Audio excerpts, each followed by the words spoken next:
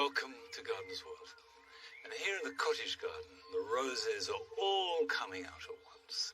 And we have this lovely, soft, pink explosion.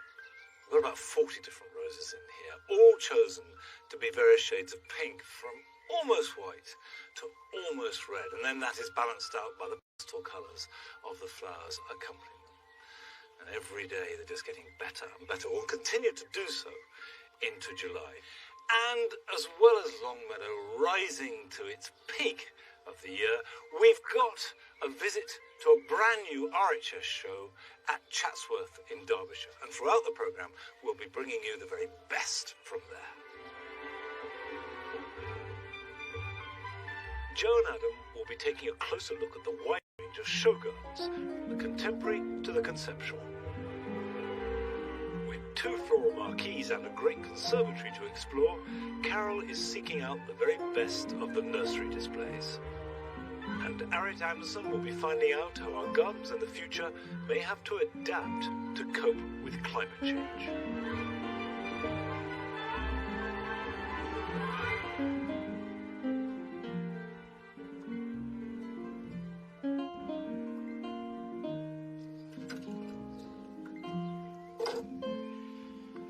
Poor old Topiary Nigel's a bit swamped by forget-me-nots. Well, they're finished. So it's time to start being ruthless and pulling them up, and also letting light reach the yew so it grows good and strong.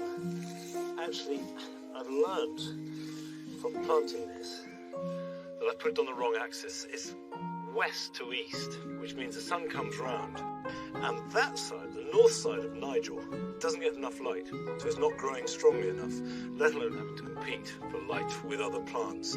If you're planting a 2-sided topiary, you do want to go on a north-south axis, so all of it gets the same amount of sun. But that's a little detail I didn't think through properly, but by taking these out, that can now have all the light it can get. Nige, come here. Come and have a look. Is that good? Do you think that's suitable?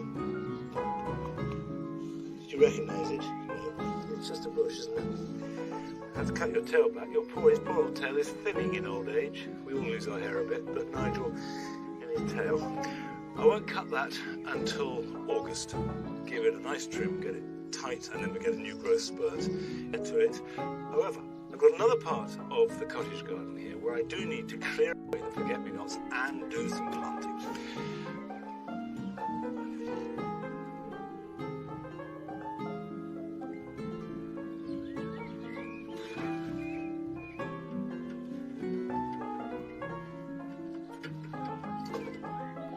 When I left for Chelsea, this bed was still looking good. Come back, and it's over. This party is done and dusted. There's nothing for it but to clear it all away and start again. So, the forget-me-nots come out.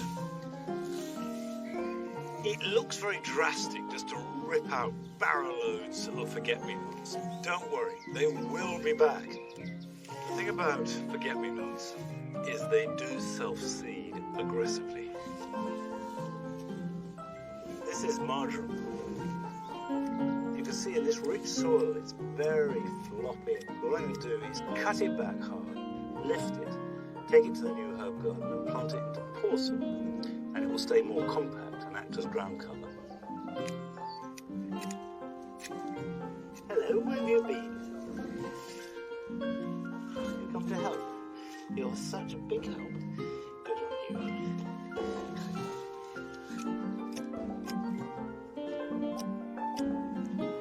Right, having cleared a bit of space, I've got some dahlias I want to put in, and I will be adding some annuals, but I've also got perennials that I've grown from seed.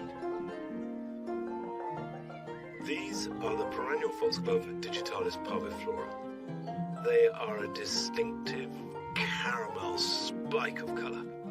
These are smaller than the familiar foxglove digitalis purpurea, which the bees love. And they can go at the back of a border, or they can rise up through a shrub, and they can reach 6 foot tall.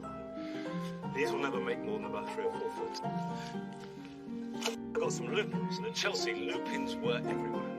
well, these won't flower this year, but get them in now and they'll be a good nick for next year. And finally,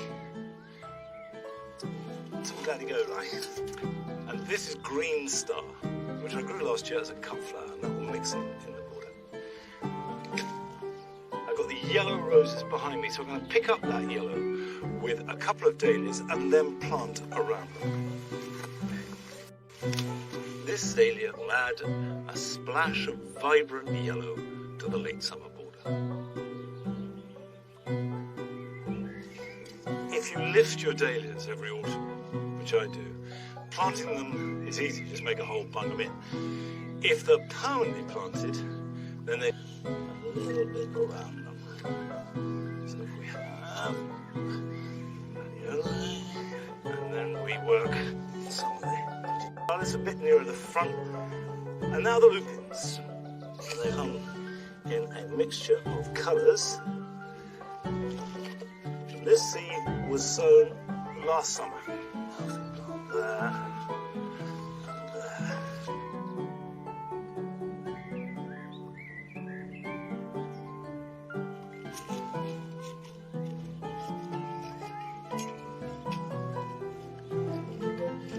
Now, gladioli, if you're planting them permanently, rather like dahlias, need to be planted good and deep, and that protects them.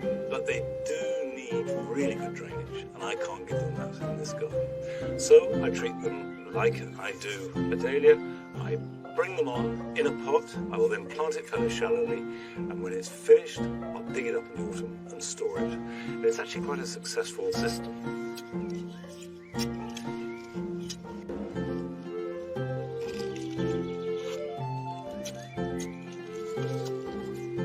This is not the final planting, so I need to add to it. But you do have to prepare for these seasonal changes. You can't expect a border to look brilliant at one stage of the year and then to go on looking good unless you contribute, you make it happen. And sometimes that involves undoing things in order to replace it with the new. Now, a good way of inspiration for any garden is go and see other gardens, go to flower shows, see growers presenting their plants and gardens at their very best. We've had Chelsea, well now we've got RHS Chatsworth, a brand new show, which I know is focusing above all on innovation and inspiration. And last week, Adam Frost went up there to see how the final preparations for the show were getting on. This flower show is set against the backdrop of one of the most beautiful stately homes we have in the country. And there's just 1 week to go, so the countdown is on for the first RHS Chatsworth.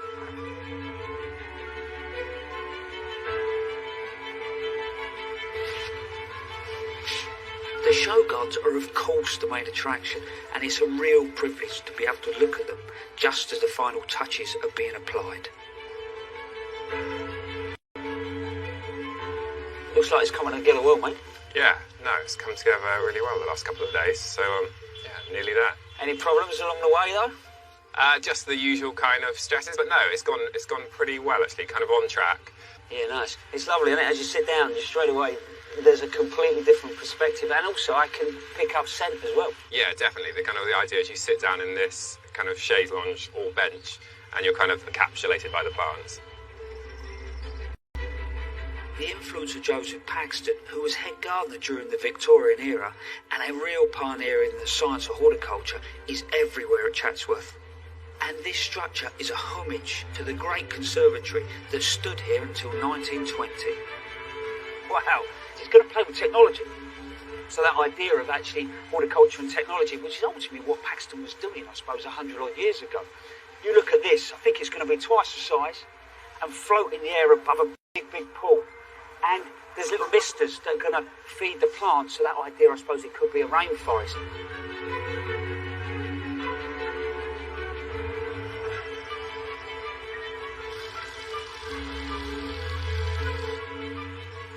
One thing that's really standing out for me already at the show is these freeform installations. I just love the idea that designers are getting to sort of push the boundaries a little bit, but without that fear that's sitting in the back of your head that you're going to be judged.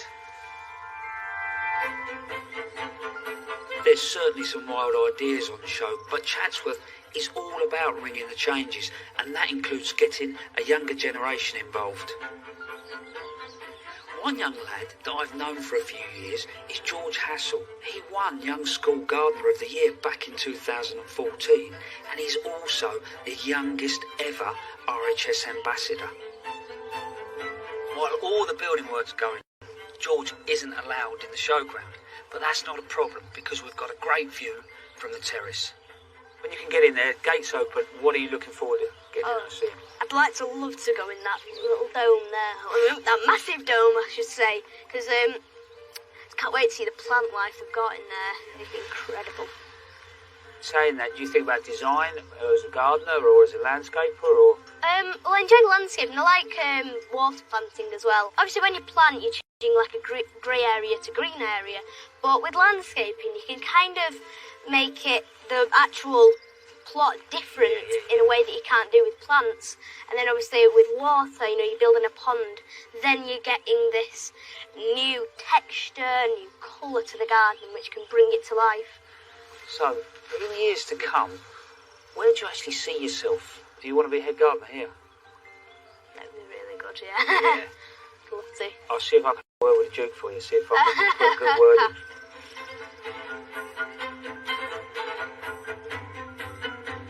Chatsworth has been the ancestral homeshare with a keen interest in gardening himself. He's the first to welcome the wider gardening community to his estate. When you first took this garden on, Yes, what did it actually feel like? Because big. I would have It felt very big. It felt a bit scary because of there's so much history. My parents have been here for 50 years. They've done an amazing job, and there was a wonderful team here already. So we were a bit tentative to start with, but we've got into our stride a bit now. a lot of people are going to love the setting, aren't they? I hope so. You drive in, and I got goosebumps. Good. It's that.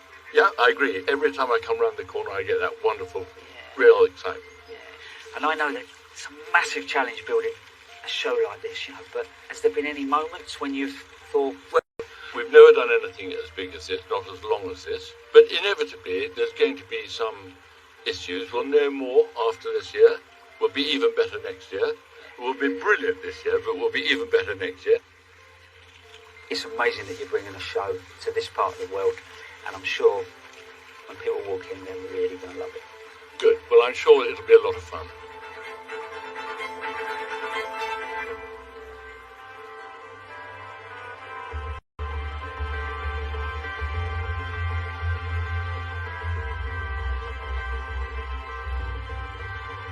Here we are, fella, Chatsworth Flower Show. All the gardens complete, and what a setting. It's stunning, isn't it? And look at the house, beautiful. I didn't realise it was yours. Yeah, it's like you can come and stay anytime you want. Lots to see here. There are 8 show gardens, there are 2 floral marquees, and a whole new category of gardens. Yeah, this sort of idea of freefall, which I think is fantastic because they're not being judged. I think for designers, they can really sort of stretch themselves without that fear of having a judgeable kind of garden. Yeah, there's some quite traditional ones and more radical ones too. There is a lot going on here, including the Great Conservatory over there. This is a 21st century take on Chatsworth's famous conservatory. But instead of being composed of tiny panes of glass, this pioneering design is one huge inflatable hothouse, packed to the brim with an array of tropical plants. And I'm looking at the RHS Garden for a Changing Climate.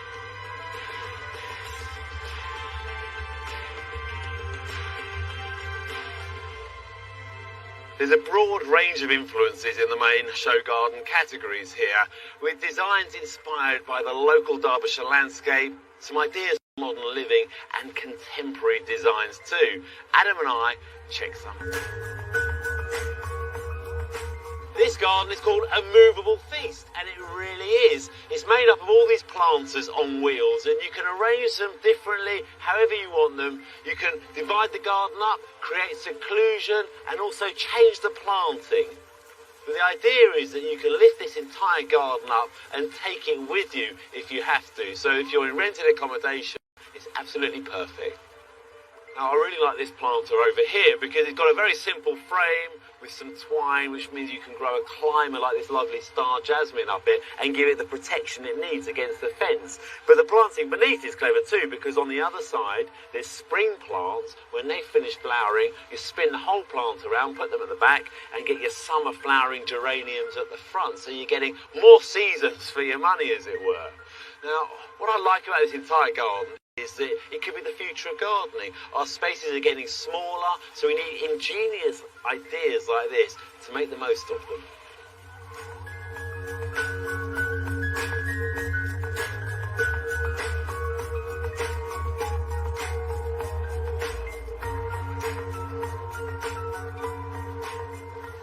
Do you know, I love this little garden. It's charming. Imagine this at the end of your garden, you know, part of a bigger space. Lovely and relaxing, but also it's simple and clever. What I like actually is these 3 beech trees that work their way all the way through the space.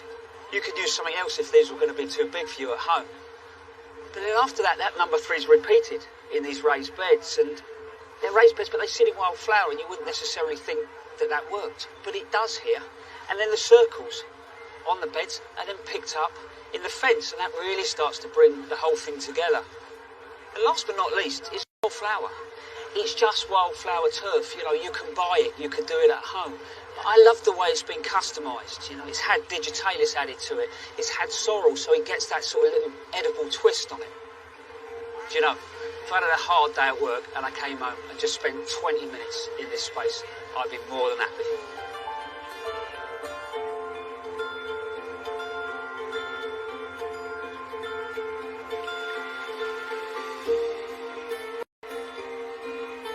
Jackie Knight has kindly let me scramble all over her Just Add Water garden. I have to say, it makes you feel like a kid again. Not everyone can do this at the show, just me. But I like the way Jackie has really embraced the Chatsworth landscape, that lovely uninterrupted view behind. There's no big white tents or fences there. And from here, I'm going to make a leap of faith. Bit dodgy on the knees there, but it seemed to work out. The dynamics of any garden. There's the sound of it, the movement of it, and the wonderful reflective quality too. And it also increases the range of plants that you can grow. So we've got boggy plants which like their roots in the soil but permanently wet soil plants like the gunnera, the regersia, and this lovely delicate little trollius here, that's called cheddar, that one. So this garden, we've got water, we've got rocks, we've got plants, we've even got an extended view. What more do you want?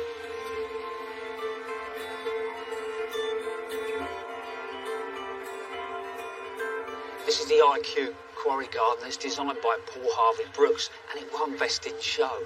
But what I love is where he's got that inspiration from, which was an old quarry, but also brutalism, and that is brutal, this space at the back. But the core ten's used really well, and then that repeats itself with the arbour that's in here, and that creates a cracking little sitting area, and then you've got a hole in the ground. But it's about extraction. What would you be left with after the quarry? And he's introduced this lovely little pool and planting. But when you go into that space, it feels comfortable. You feel hunkered down into the landscape. And you move it through, and then all of a sudden at the end it's planting. You've got to imagine a quarry being left and coming back to life.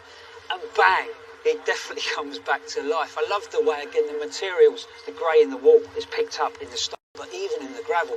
But here it's about the plants. And he's been clever because he's looked at native, but also things that have naturalised that we've brought into the country. You could do it at home, you know, gravel garden, lovely planting. And then you come back, and do you know what? You look at it, and this garden has been beautifully executed, but it's a massive undertaking.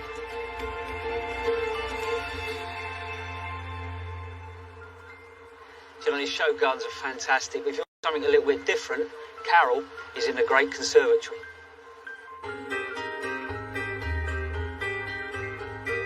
You can just imagine the gasps of amazement that went up from those Victorian crowds when they saw Paxton's Great Pavilion for the first time. Well, I've never seen a structure like this at a flower show, and I think the crowds here are going to be just as amazed by this wonderful construction.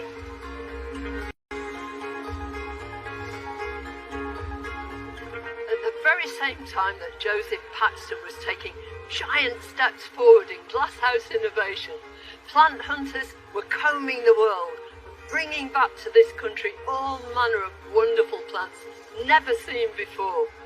The coming together of those two phenomena meant that since then we've been able to grow gardens.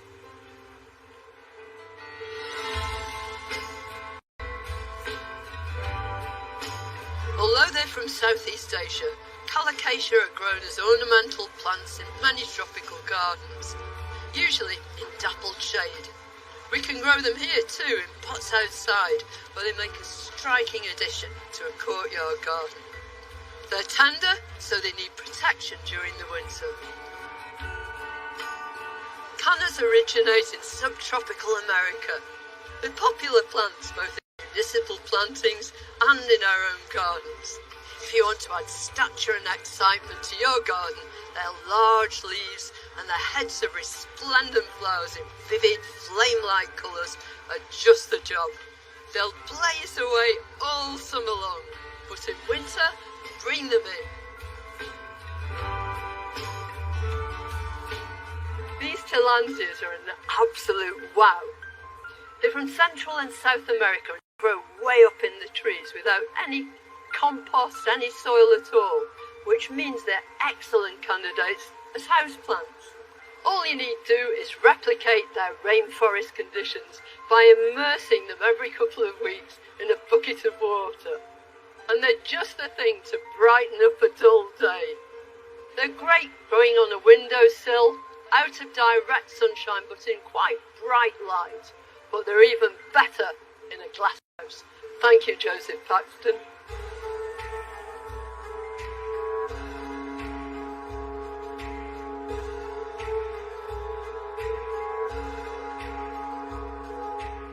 In the spirit of innovation, the Chatsworth Show have introduced a brand new category of gardens this year. They're called the freeform installations, and they encourage designers to let their imagination run wild, and they can be any shape or size you want. Now, for me, they have to really grab you visually from the off. They have to work with scale and proportion and really think big with the ideas. Once they grab you visually, you really want to find out more.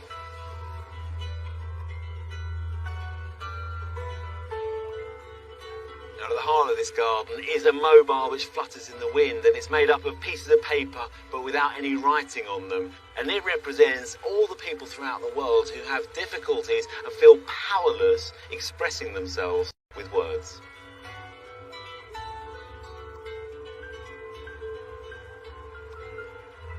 Now, we've had some strong winds, but this oak hasn't fallen down. It's just about to be planted. And this garden represents all the unsung heroes, the gardeners up and down the country who planted Chatsworth itself.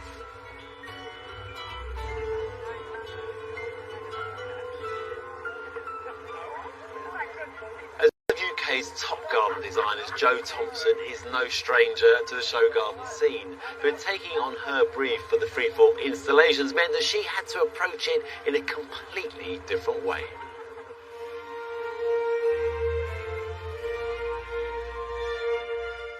I spent the day at the site and took in the landscape, took in the trees, the vastness, the history. I mean, this is a historical site, and I felt a real duty not to interfere too much, and realised that maybe it was more about an intervention than creating an actual standalone garden.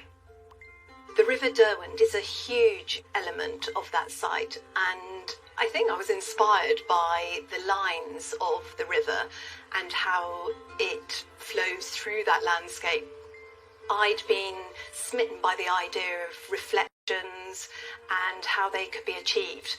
So I then looked at a structure which could sweep down the riverbank, out over it and back again. I started to wonder how on earth I was going to build it. What was I going to make this out of? Instead of doing what I normally do, which is looking at local materials and being inspired by those and using them on site, what I needed to do instead was have a contrast. And then a few days later I was standing in a builder's yard yard and saw a piece of steel reinforcing rebar, and I realised that was exactly the right material. It would create the shadows that I wanted, but also it had that colour, that kind of rusty brown, which would sit well in the location it's intended for. Once I'd got a strong geometric framework, I had to think very carefully about the natural elements, the planting, particularly the trees. The existing trees on the Chatsworth estate are majestic, they're beautiful, and I knew that any tree I found in a nursery couldn't match the size and the splendour of those trees. So instead I looked for something to complement them. I've come to this nursery specialising in semi-mature and mature trees. This is one of the 2 hornbeam that I've chosen for the garden at Chatsworth, and it's the first time I've seen it since October. When I saw it in October, it didn't have any leaves on, it was naked, and now it's got all its clothes on. Chosen this tree, it's really beautiful, delicate, lovely fresh colour. I like to use it where there's a damp area of ground because it doesn't mind getting its feet wet, unlike, say, a beech, which does need to be a little bit drier. The other reason I've chosen this tree is because of these fantastic stems. They're sculptural, they're going to be perfect. It's not just down to the hornbeams. There's another beautiful native tree that I want to show off. These are the 4 field maples which are going to be in the garden. I've chosen them to contrast with the hornbeam, but also to go with it. It's another native. It's got a beautiful green colour and a completely different shaped leaf. And they've also got the dearest little seed heads, which in the autumn flutter to the ground like helicopters. The planting needed to be quite relaxed as it merges out into the landscape. So we've got wildflower meadow turf, which just joins into the grass around. I'm using wild roses as opposed to shrub roses. We're using grasses, things with long, thin stems, a bit wiry, creating a kind of veil as opposed to a mass.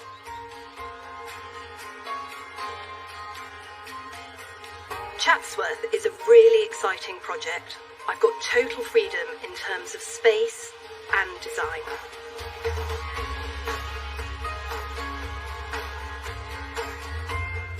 So Joe, how have you found the whole experience of not being, constricted to a shaped garden, not being judged? It's been wonderful. It's been really liberating being able to do a garden that could be any size I wanted, any shape, representing anything. It's been wonderful. Well, the garden's worked out beautifully, and there's huge swathes of perennial planting, which looks fantastic.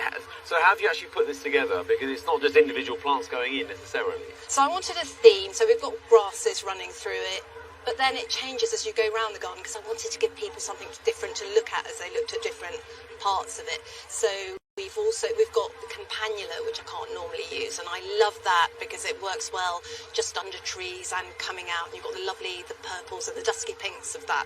I've also got dahlias in there because somebody said to me you couldn't have dahlias in show gardens, so I immediately stuck quite a lot in. And you've got a lovely rose too. Yeah, the rose multiflora, so it's got this quite wild shape to it, which is what I wanted because anything more ornamental would have looked odd, again, by the river. This height, looking through this sort of wispy planting and looking over the river here too. Well, I didn't want to hide the landscape. I knew we were going to be by the water, so I knew we needed to be able to, people say tall, then medium, and then low planting at the front. Yeah. I thought, well, no, that's raw, so we need to kind of break those. And it's lovely to be able to create a kind of veil, I suppose, that you can look through and just see the water and the landscape beyond. I think, this is the first year at Chatsworth. You bought this wonderful garden here. You can say, in many years' time, you can say, I was there at the beginning. Yeah, I was the first.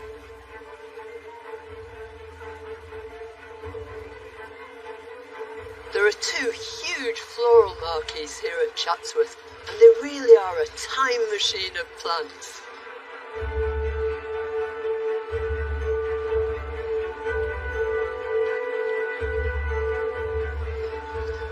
Take acanthus, for example. They're from the Middle East and all around the Mediterranean, and they feature art and architecture of many ancient civilizations, symbolising immortality. The Romans carved their leaves at the head of their Corinthian columns, and here at Chatsworth, that same theme has been picked up in the architecture. Most acanthus have big, bold, handsome leaves, but there's one exception on this stand, and it's absolutely lovely. It's the smooth leaves of this Dioscoridae, which is so unusual because it was the big, bold leaves of Acanthus mollis which were the inspiration for all that ancient ornamentation.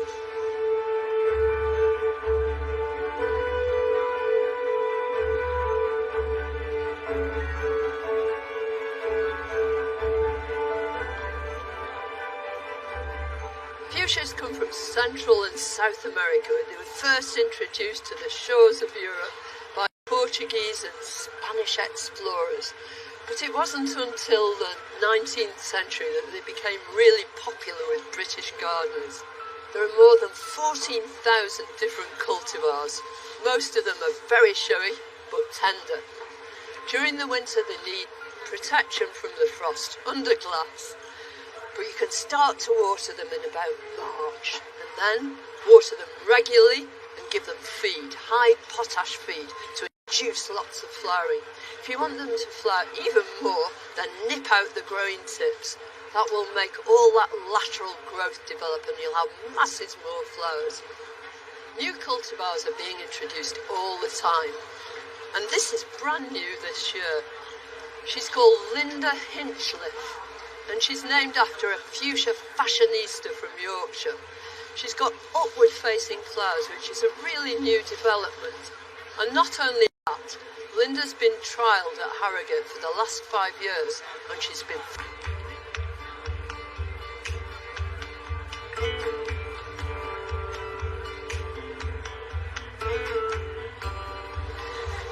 Us gardeners owe a huge debt of gratitude to South America, both in our flower gardens and in our vegetable and fruit gardens too. People often think of the tomato as coming from Italy. Surely it's Italian, not a bit of it. It comes from South America. It can be found in Peru, growing on riverbanks, tumbling down in that lovely hot, humid atmosphere. It was the Spanish who introduced the tomato, took it to the Spanish court, where it was looked upon with some suspicion at first. People thought it might be poisonous. Eventually, when they found out not just how edible it was, but how delicious it was given as a token to your lover. It actually had the name love apple because it was believed to be an aphrodisiac. In recent years, lots of different tomatoes have been developed. Each culture and country around the world has their own varieties. But one of the major problems that British gardeners have with growing tomatoes is blight. It causes the whole plant to collapse and the tomatoes to rot. But this is a brand new variety, Crimson Crush. It's supposed to be as blight resistant as any tomato at all. And what's more, it produces these big, gorgeous, edible fruits. Absolutely delicious in salad or cooked. So remember, the next time you're in your garden looking at your tomatoes, your dahlias, your fuchsias or acanthus, they represent hundreds and thousands of years of horticultural history.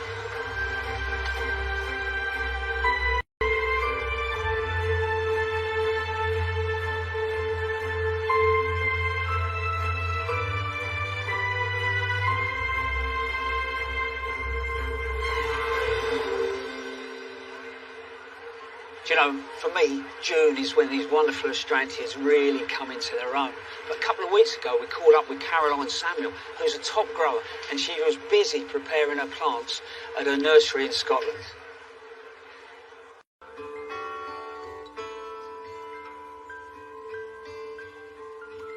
Well, I've got about 40 varieties of Astrantia here. There's about 80 in total registered in the plant finder. And I grow the majority of them myself to take to shows with me. I think they're really versatile. They're good cut flowers. They're good dried flowers as well. They look lovely in the garden. They're long flowers. Everybody loves them. They are really good for novice gardeners. If they've got decent conditions, so not too dry, not a baking midday sun, as long as they plant it in the ground, water it in well, then they should do okay for them. Some aren't too suited for small gardens because they can self-seed and take over a bit, but you'll always find one that'll suit your requirements. My favourite Astrantia, due to the colour and just the toughness, would be Astrantia Star of Love.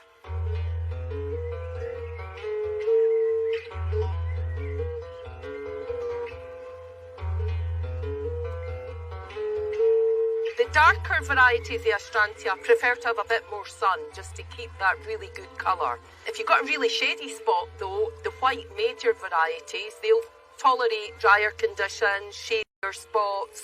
They're just a bit easier to deal with those tricky spaces.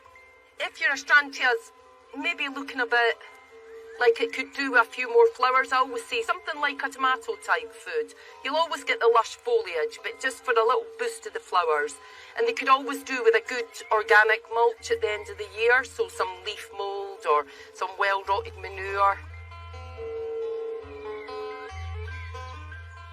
When you plant an Astrantia, if you've bought like a 9cm pot, you would be looking for it to double in size each year. After maybe about 3-4 years, once you've got a really nice big clump, I would say just dig it up and look for a natural division in it, which you'll see in most of them.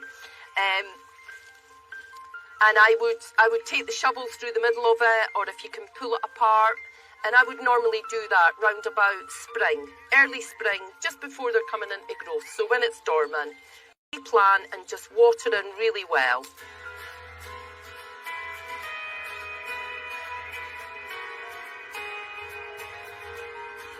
When you're getting ready for a show, you want the Astrantias to be in full flower.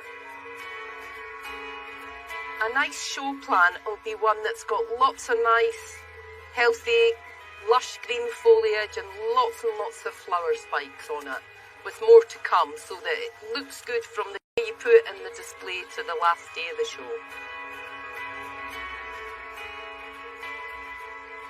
So I'm just going to have a look and see which varieties I'm going to take.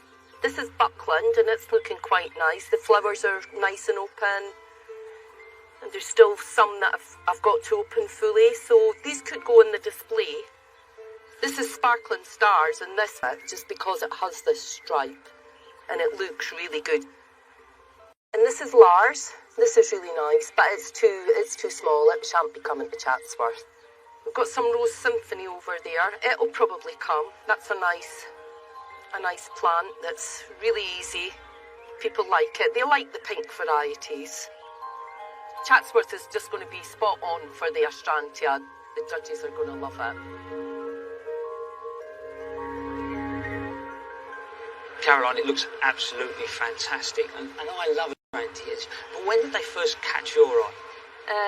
Probably the show gardens at Chelsea, because, well, you've probably used them yourself. I have used them more than once. Yeah. They're a great working plant, aren't they? They're great plants, they are. They're really good. Do you know what I really love about these Astrantias, in a sense, is what else they bring to the party. So when I buy a herbaceous plant, that's what I say to them, what else are you bringing? And for me, some of the stems are beautiful colours, but also some of the leaves, the shapes work really well with ferns. There's one for every size of garden. You've got small ones, tall ones, big foliage, small foliage. And condition as well. Yeah. Some will tolerate much drier conditions than others. Have you bought any new ones for the show? Thara Love, which is really dark and lovely, and Sparkling Stars. Those are both relatively new, yeah. How long do you actually get to set up? About 3 days. Right. Yeah. And you've come a long way down from Scotland. Yeah. Where do you stay? I stay in the back of the van. You don't really, do you? I do. It's fine, I'm used to that. And quite a lot of the exhibitors have got nice caravans, so I get to sit in there of an evening, so it's quite good, yeah. Yes, yes. So how's the show been so far? Oh, great. You've seen the location, it's amazing.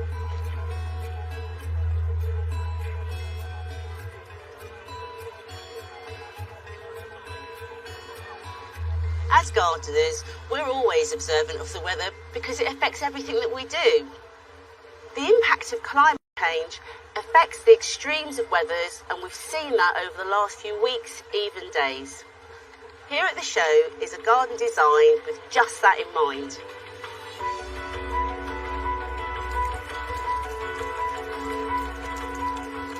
So Andy, tell me, what is this garden all about? Okay, so the garden takes its inspiration from a recent report by the RHS on the impacts of climate change on our gardens, looking to the future. So we've got two gardens here. We've got the garden of today and we've got the garden of the future, where we're looking at a much more turbulent climate, where it's going to be drier, warmer, but we're going to get heavy downpours and heavy rain.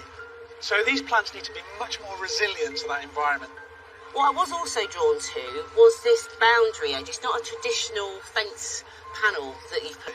As it has been here for the last couple of days. It certainly has, yeah.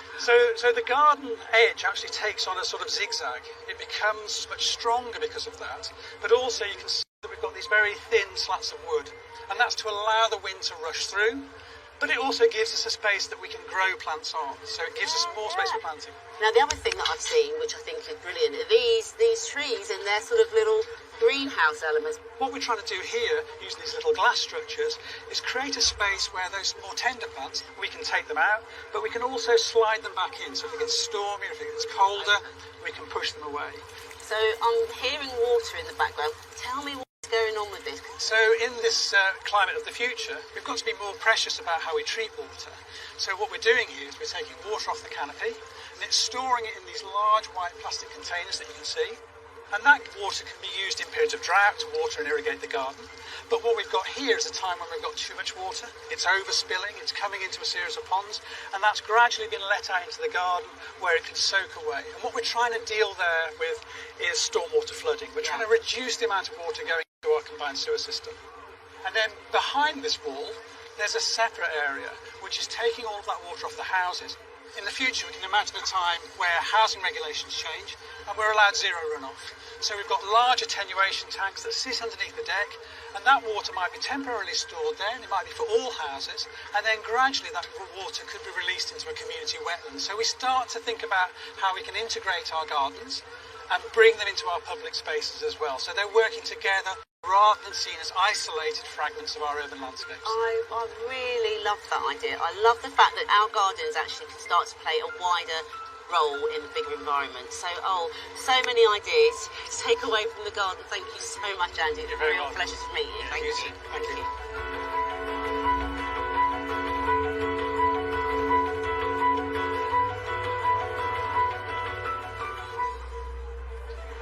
When it comes to growing plants from hotter climes, you just can't beat an agapanthus. And family-run nursery Hoylands are at the show and have been given the title of Master Growers in recognition of their skill and experience growing these beautiful South African natives.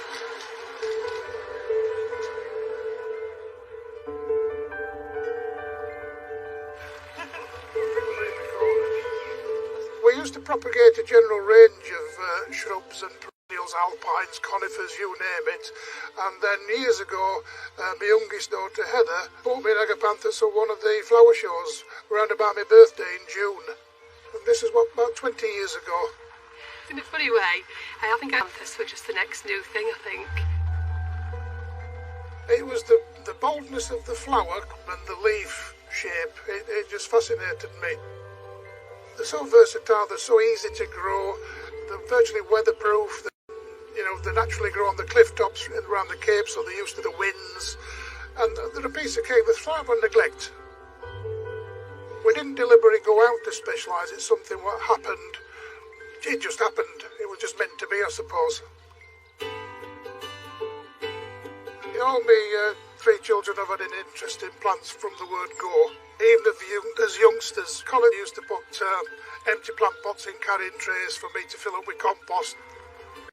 You don't even realise it, but you grew up on a nursery like this and you sort of just take it for granted that you help out. It's all part of it, really. You're all in it together. It's in our blood and we're used to it. It's, help and support when they're really busy. It's only certain times of the year, with there being big flower shows, summertime's chock-a-block. Yeah, it's a real family affair, really. I shall never retire, I know that for a fact. It's a hobby, which is my profession. But now I'm getting older and my son's taking over more. I do a lot of the day-to-day sort of maintenance of the nursery, so really just making sure all the stock's grown and growing as it should be, really, making sure that we're potting the right number of plants in spring, that we've got plenty of stock plants, display plants ready for the public to see. We're virtually on the same page. We have his fallouts. My dad's got his methods of working, I've got my modern approaches to working, if you will. Colin's got the young ideas and the vigour and stamina to get the job done quickly.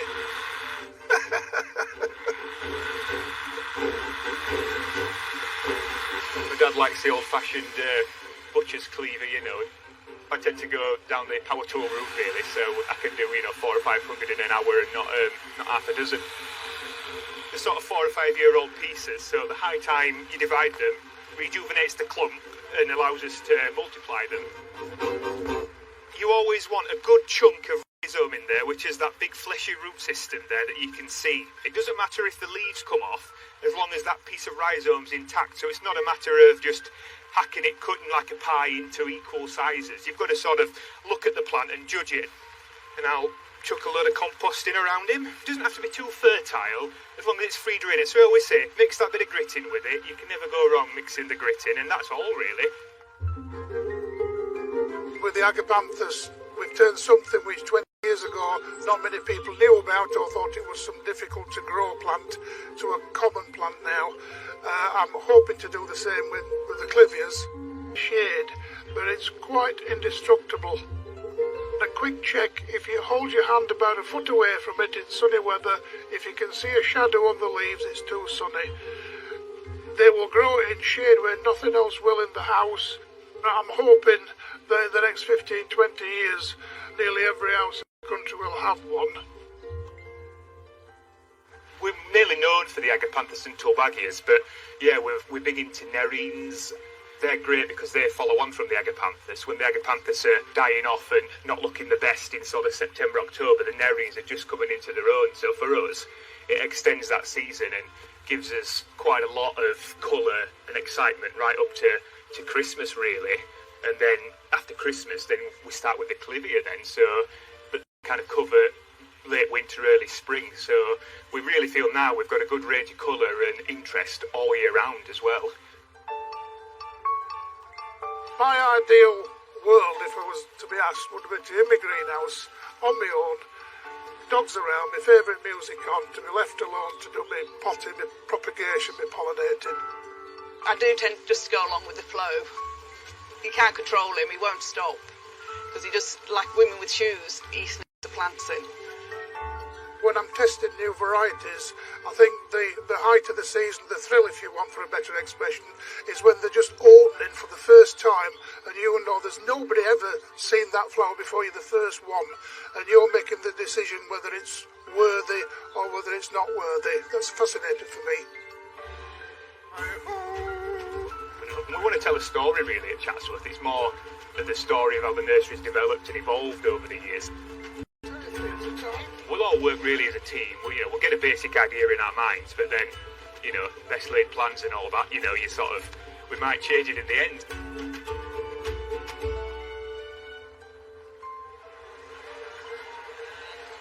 So, Colin, did everything go according to plan? Just about. We got here quite early and got a good start, and yesterday we got kicked out of the marquee because of high winds, so we had a job on this morning, but we're happy with it. I think it shows the nursery off really well and what the nursery's all about. The development of these plants. Yes, people know us for agapanthus and tulbagias, but now they're going to know you for clivias as well. Clivias are the new thing, really. We're doing a lot of hybridisation at the nursery where we're picking specific ones for specific traits, and we're hoping to sort of make them more affordable and accessible for people. Whether it's one of the established varieties of clivias or one of your new ones, what kind of conditions do they like? To make them thrive, recommend watering them twice a week at this time of year because they're in active growth, they're putting on extra roots. When you get to sort of start watering them again, and you see flowers usually sort of March, April, going into May, we're at the end of the season now. The key thing to get them to flower as well is they like a bit of a cold period from about beginning of November to about the end of December, so get them as close to zero as you dare go. But not below zero? Not below zero for any prolonged period of time, and that initiates the bud in the plant, you see. So the best of luck with your breeding programme. We're looking forward to seeing loads of new Clivias. Thank you very much.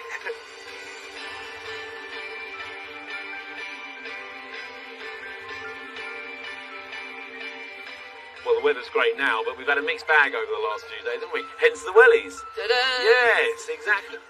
Adam, what's really grabbed your eye? For me, it's got to be Sam Ovens' garden. The geometry of it, the walls, the planting, I think he's brought it together beautifully. It's one of the best things here. It's a strong garden, isn't it? That one, definitely. Carol?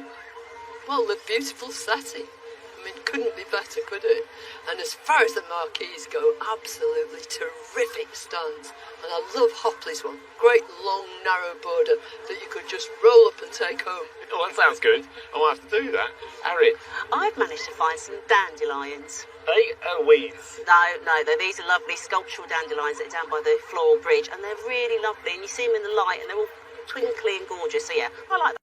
They're beautifully well observed, aren't they? Yeah, they really are. But on a massive scale, thank goodness dandelions aren't that big.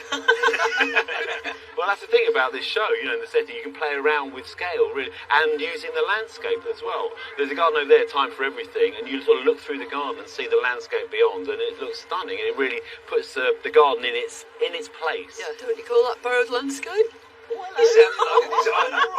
I know my place, Carol. I know my place. Watch out. But this show's got a great future, don't you? Yeah, no, terrific. Fantastic. It is. Well, now it's back to Monty Longmeadow, who's enjoying some pretty good weather himself.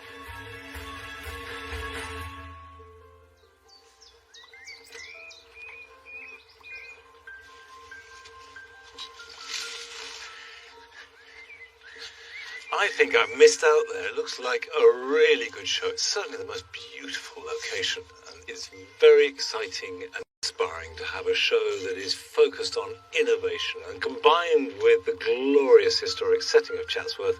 That is a powerful mix, and I shall certainly try and be there next year. But for those of you like me who will be spending your weekend in the garden, here are some jobs you can do.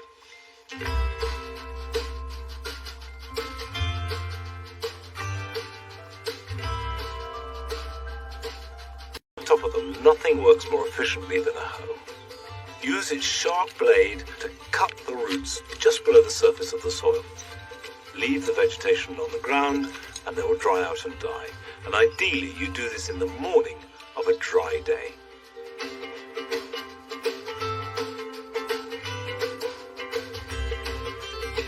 Garlic has a tendency to run to seed in response to very dry, hot or even very cold weather at this time. This takes goodness from the bulb. So cut off these flowering scapes with a knife, and that will allow the bulbs more time to develop.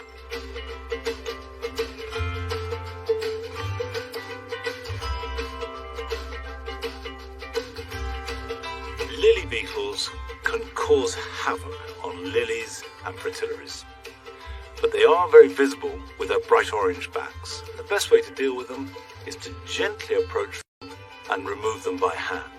However, if they feel the vibrations of your approach, they will fall off and lie on their backs and are almost impossible to see.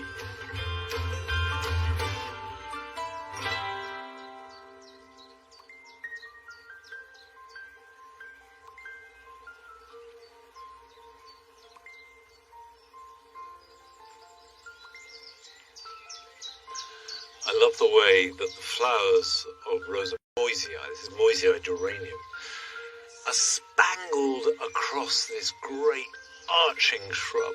And then, of course, later they are followed by hips that look like flagons. And it's a flower that I associate with June, and long, warm evenings, and the garden just sort of stretching out like a cat into high summer. Mind you, it needs to be warm and it needs to be dry to appreciate it properly. So let's see what the weather has in store for us gardeners this weekend.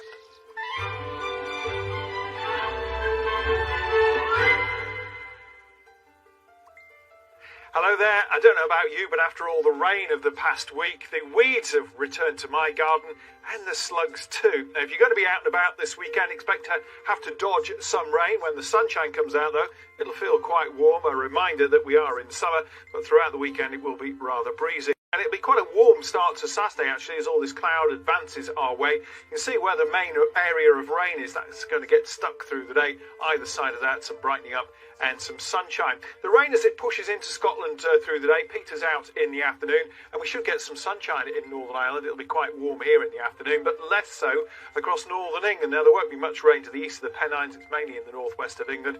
The rain's going to be still getting away with a dry day, and if you're in East Anglia and the southeast in the sunshine, it's going to be warm. Probably quite humid as well in that south to southwesterly breeze. Here's our main area of rain. You can see as it pushes its way into the Midlands, the rain tends to peter out. Never quite reaches the southeast and East Anglia. Some breaks in the cloud follow towards the northwest, but quite a few showers as well. So those temperatures on a par with Friday night, 13 or 14 being fairly typical. Now let's not discount this band of cloud here that's heading towards the southeast and East Anglia. We may get a little rain developing on that, especially later. Away from here, brighter skies and some sunshine, but there will be some showers, some fairly frequent and at times heavy showers for Scotland and Northern Ireland.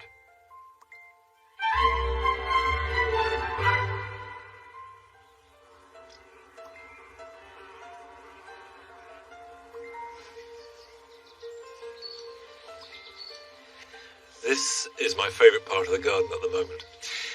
When I made it about 3 years ago, it was a big gamble. This is a great big border, and when it was planted up 2.5 years ago, the shrubs were just sticks and the plants seemed pathetically small and inadequate. But now it's acquired the heft that a large border needs. And of course, this is all woodland planting. So you're using plants that respond to different levels of shade, from quite bright if there's a glade to deep and dark underneath a tree. And I think it's going to get better and better. But not today, because we've run out of time. And not next week either, because we shall be at Gardeners World Live. And this is a special show because as well as looking at all the gardens and the displays, we shall be celebrating our 50th anniversary. Amongst other things, Mary Berry will be announcing the winner of our Golden Jubilee plant. So do join us next Friday for Gardeners World Live. And until then, bye-bye.